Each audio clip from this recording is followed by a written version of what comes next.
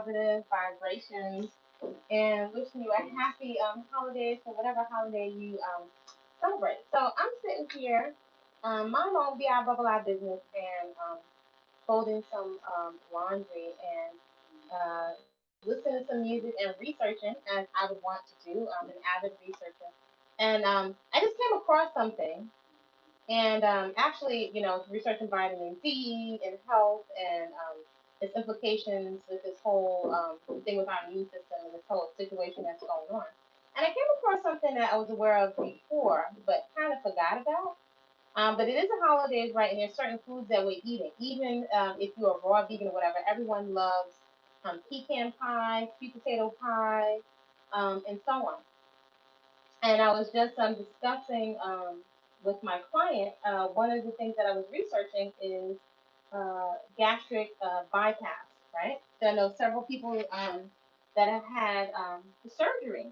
And so a surgeon was discussing why meat only diets don't work. Wasn't telling anybody what to do, but the implications for and the rationale for eating lots more fruits and vegetables. And so, one thing in research can lead you down a rabbit hole, right? So, a distinction that was made was that in our day and age of convenience and civilization, we have so much more access to easy calories, random calories. And as I've said and made note of, is most of us have to run down a chicken. I see chickens on the road here all the time. If we have to run on a chicken or any kind of animal, then most likely be a lot more plant-based eaters because most people aren't even fit or healthy enough to chase down an animal. And I don't even know that most people would have the temperament to kill the animal with their bare hands. Plus, most of us would not want to eat it raw without cooking it and boiling it and oil and salt and all of that. But basically, many people are not fit enough to capture food.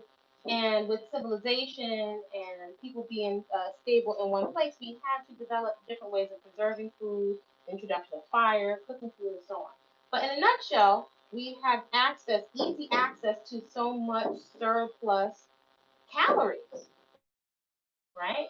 And so this doctor made a point when he was growing up, he said in the 80s, where he lived, when the grocery stores closed, as you find in other countries, when the grocery stores closed, that's it, right? So if it's Friday and it's the holiday and you don't have battery for your toy or whatever, then you're going to have to wait to, the office hours or until everything opens back up the next following Monday or the next business day, right? So you just don't have access. So in small towns and other countries, Italy or certain parts of the Caribbean, when the stores are closed, that's it. You go home and you spend time with family. Very different from city life. And now also in the city, you have Grubhub, you have all these food delivery services, especially in New York or big metropolitan cities. You can have anything delivered to you at any time of the day, especially even in the wee hours, as well as having access to all this food that we haven't earned, right? Because now we know you can be inside of a little stool or chair and roll yourself over here, and you can roll yourself around in your chair and not have to get up and not have to do any work. So we're not moving as much. We're not earning our calories. And we're sitting around. Usually, I know many people say you don't have a TV, but the screens now, these computer screens now are pretty much TV. So we've got access to all these calories that are devoid of water and fiber, and we're not earning our calories. So this is one of the reasons, a few reasons why um, we're blowing up so big. And also, when you add to this the common stresses or the stress level without outlets, the hours that we're working, not as much access to being in the sunshine, being behind computers all the time, so much stress coming at you now, um, not from physical labor, but through the screen. Now it is culturally acceptable to soothe and self-soothe in groups with food, right? We're soothing ourselves with food.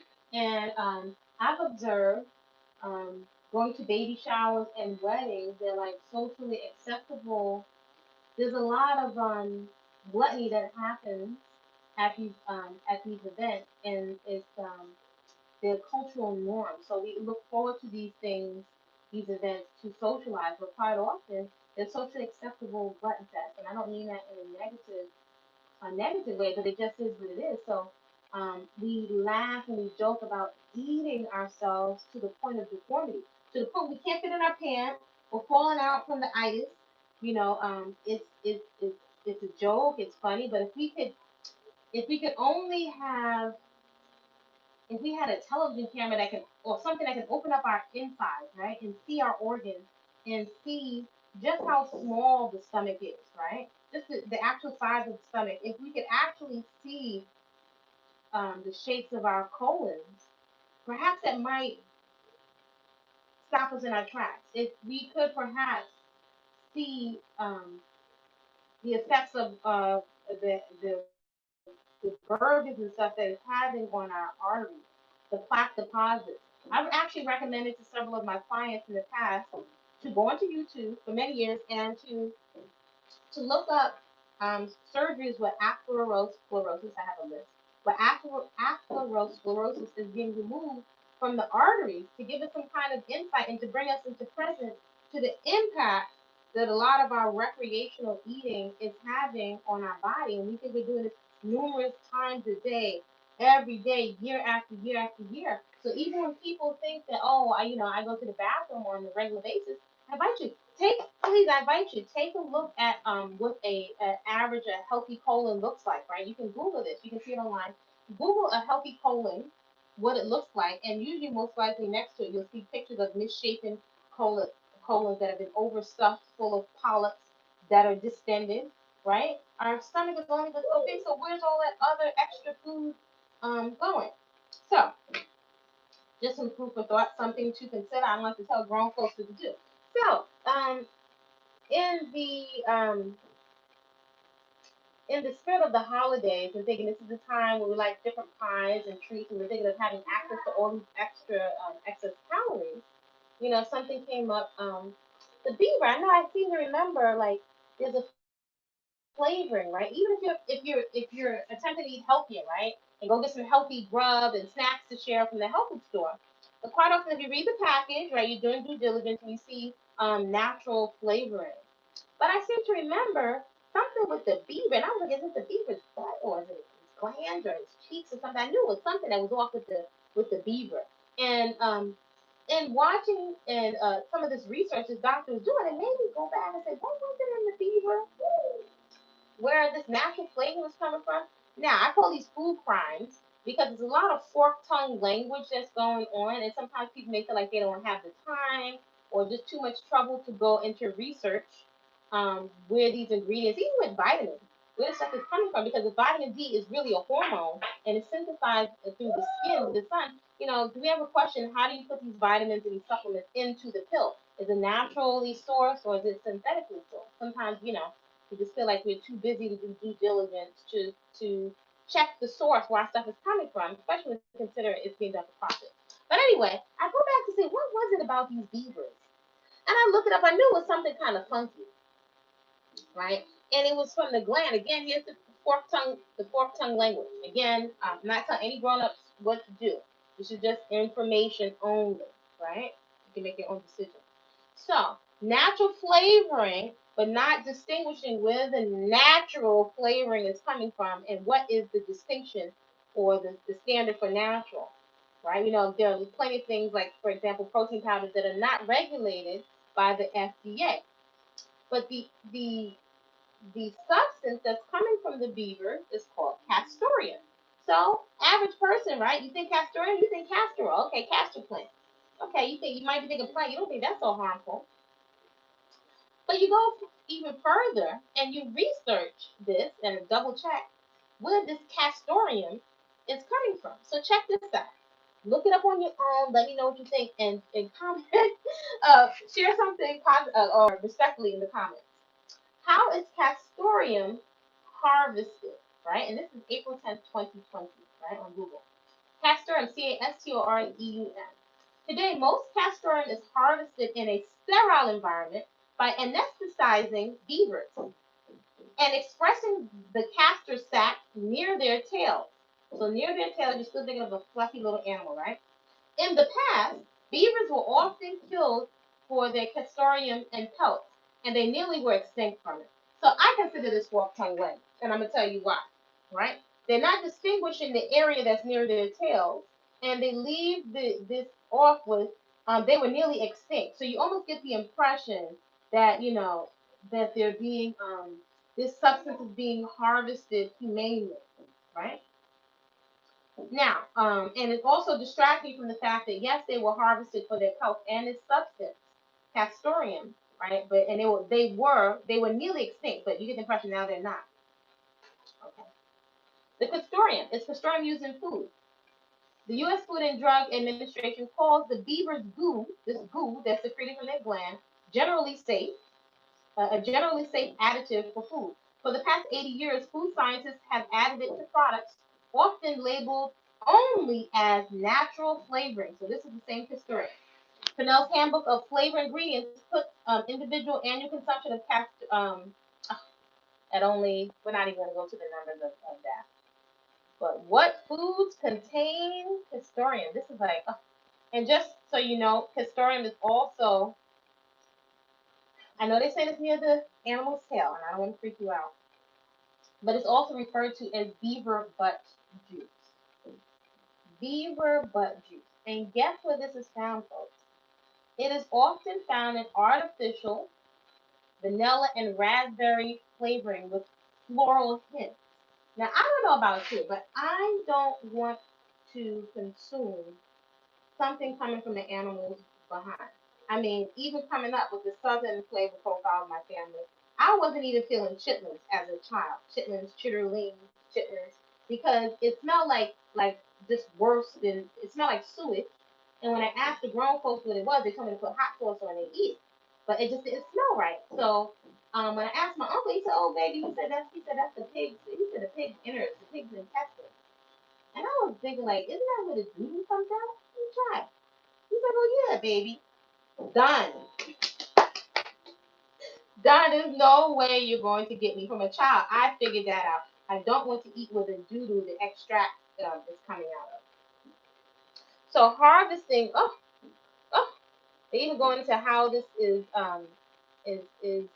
taken out of the beaver. But yeah, they anesthetize, or they have to put the beaver to sleep. So if they're anesthetizing the beaver, and they're using this for vanilla and raspberry flavors, right? Vanilla is probably the most popular flavor. How many beavers? You ever consider how many beavers are anesthetized at one time? And so they distract you from saying it's a sterile environment, but you have to anesthetize the beaver to extract this substance. Now, mind you, also the castoreum, the beaver secretes this substance, the castoreum, also to mark, pretty much like cats mark their territory. We call it skeeting. That's what we call it skeeting. But they excrete it. Oh, the skunks do it as well to mark their territory. So beavers are also marking their territory by secreting castoreum through this gland. But they're not calling it their butt. They just say it's a castor sac. Yeah, this the more you read about it, it's kind of gross. Now, who discovered it? Hernan Cortez. It was only brought to Europe by Hernan Cortez in the 1520s. He discovered that beavers' anal glands taste like vanilla. Now, you may wonder, how somebody discovered this? Well, it makes sense, right? I've worked before. I remember once I was working with, I as a chef, was working with a Trinidadian chef and also a Sicilian chef. And we were talking about different traditional foods, right? So somehow chitlins came up, and the Sicilian chef was telling me, oh yeah, when they roasted a pig, as many people in traditional cultures do, they don't waste any parts of the animal, so they use all the parts of the animal. So what he was describing to me, I was like, oh, he had another name for it. I was like, sounds the same thing as chitlins. But it would make sense, or it seems to make sense, that if somebody is hunting for an animal, using the animal, that they're going to use and experiment with seasoning or cooking up the different parts. So and mind you, I grew up eating every junk food, was a junk food junkie, flesh consumer. I am not here to tell anybody what to do or to follow anybody, not even me. I invite you to use your own discernment and common sense. What works for you, go where your results are, right? But I prefer and I strive for peaceful consumption. right? So, uh, the short answer: either one of the indigenous people of Mesoamerica or the explorer Hernan Cortez, right? So in Mesoamerica, where their beavers at, right? It's an interesting question. So who discovered, like, who would who would who would eat anal glands or be checking for it that much? Is like, wow, this tastes like vanilla. Okay, long answer. It says who was the first person to look at a cow's cutter and think, I'm going to see if I can get something to drink about that. As far as I can tell, this person in the article, blah blah blah. We find evidence in archaeological research for beavers in Europe and North America as far back as 5500 BC. Beavers were most famously hunted for their pelts, right, for warmth, right, in a cold climate, meat, and for medicinal use of intestines. Isn't that it? Medicinal use of intestines. You got to think, were they putting medicine into the intestines? Because the sacks of it, like they use the casings, were also used for sausage. The casing, we said casing, but the intestines, right? Like the glands that produce the aromatic beaver oil. So the glands produce an aromatic oil. Now keep in mind, our glands have certain jobs and have certain secretions that secrete very powerful hormones in our body. So the aromatic beaver oil, aka castoreum. In Northern America, indigenous people like the carrier are known, and that's the name of these people, the carrier, or one name for them, are known to have used the castor gland for medicinal purposes before the arrival of colonizing Europeans. The first written history of medicinal use of castoreum in Europe dates back to 77 BC, when Pliny the Elder wrote in his Naturalis Historia of the different uses of castor. Doctors cause sneezing by its smell. So isn't that interesting? The smell was used to make people sneeze, right? So this is almost 5500 BC. Interesting. It is soporific if the head is rubbed all over with the beaver oil, rose oil, and pusatinum, or if by itself is taken in water, for which reason it is useful in brain fever. So I guess people are trying all kinds of things. It also arouses by the smell of fumigation, suffers from coma and hysterical fainting women, the latter also by a pessary. I don't know what a pessary is. And it is an emmenagogue and brings away the afterbirth if 2 drachma are taken in water with pennyroyal. So people making up their own different concoctions. But my point is, what would make someone want to use the secretions of the beaver's anal? And what strikes me as even more interesting is the wording. The wording, which is why I consider the food crime, the fork tongue language. They're just saying it's a gland, not the anal gland, because I think that would make a big distinction if people knew that the vanilla and the raspberry flavoring, the scent, is the oil, the aromatic oil that's being secreted by beavers. I mean, tell me what y'all think. Tell me what y'all think about this castorium. So you can see here how it's harvested. Oh, in Wikipedia, castoreum is stated as a yellowish exudate, something that's excreted, from the castor sac. The castor sac. So castoreum, they say that the sac that has it, they don't say anal sac or butt sac. The castor sac of mature beavers. Ugh. Beavers use castoreum in combination with urine to scent. Oh, let me just pull this up. To scent mark. Um, I think it's to scent mark their territory. It's a yellowish exudate from the castor sac of mature beavers. Beavers use castoreum in combination with urine to scent mark their territory. Both beaver sexes have a pair of castor sacs and a pair of anal glands located in 2 cavities underneath the skin between the pelvis and the base of the tail. Castor sacs are not true glands like an endocrine or exocrine gland on a cellular level. Hence, references to these structures as preputial glands, castor glands, or scent glands are misnomers. Whatever you want to call this thing. I think it's very concerning that they say natural flavoring. They don't say beaver flavoring. It said natural flavoring. So I'm not going to draw this video out too long. I just think this is an important. This can be important to stimulate critical thinking when it comes to what we're putting in our mouths, and also not overlooking the conflict of interest when it comes for profit. And if we don't take responsibility with really not just looking at ingredients, right? Because people, the way companies word things like natural flavor, it's a fork tongue language. They know that people are usually not going to go the extra mile to do the research to see what something is. And this is a great example. There's something that says natural flavoring is coming from an animal, right? So I know if I saw a beaver butt flavoring or BeaVer flavoring on something that I'm buying that's natural from the health food store, it would most likely stop me in my tracks. So there's not any accountability because quite often things are put right in front of our face, but we just kind of we don't go that extra mile. We kind of slack, right, for convenience when it comes to really looking at what's in our food, which is great rationale and motivation to eat whole, fresh, unprocessed foods with its living waters intact, that you can still recognize it as a food with its living water, the skin, the whole everything intact. So you know exactly what's in the food, and as you start handling the food, as I like to say, the food starts talking to you. You can see how the food behaves, and when we keep going after all these other people to ask questions and ask and seek validation, and sometimes even follow um, some of the visionaries and the visionaries in our community in terms of health, like Dr. Sebi and other elders. Sometimes we follow them almost like a religion and not use our own common sense and critical thinking. So I think we do them. Um,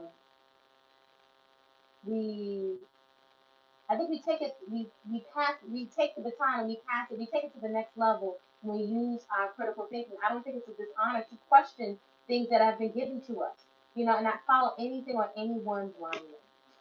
So anyway, I was just sitting here folding some laundry, doing some research, and I just really thought that that was something to stimulate some critical thought, right? Because it's you know, beaver butt, beaver anal gland. Doesn't that stop you in your tracks? Let me know what you think in the comments. I hope you're having a wonderful holiday. I'd love to hear, have you, I don't like to wait for New Year's, right? New Year's every day. But have you set some intentions? Have you learned anything this past year? I can say in the midst of 2020, um, pandemic and all, when everything opened up, I did make it to Jamaica to do a retreat as part of the team, starting up living foods and natural foods from the local farmers in Jamaica. I took Chinese. I started my pole classes. Did some different things in my business. Growth in my garden. Um, my hair is flourishing. So um, uh, really saw relationships and some of my family relationships grow.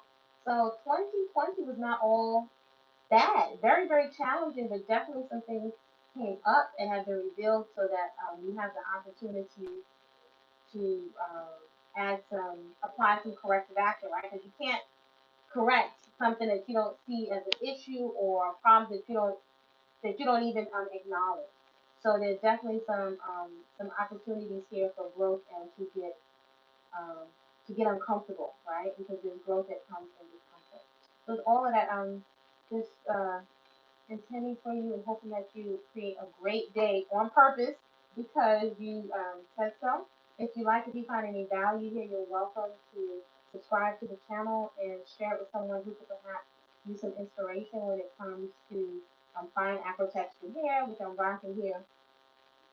Um, in their acne journey, interested in really implementing whole, fresh living foods as a lifestyle and cultivating community, as well as starting a garden. So enjoy the videos in the page, and I invite you to join me. Oh, also, before I forget, before I sign off, there's the Abundance Rest and Reset, right? Abundance Rest and Reset has been a journey that I've been on, and another client, and it's actually been a wonderful journey. So rather than just merely a fast, which can be loaded and sometimes can even have negative connotations of failure. Something that I've been exploring with folks is abundance, rest, and reset. So, reframing your narrative around your relationship with food, um, creating lots of support for yourself as you're making lots of changes and upgrading your nutrition, and your lifestyle support is very important, as well as cultivating and refining your personal movement practice. So if you're interested in abundance, rest, and reset, um, yeah, hit me up and send me a message. All right.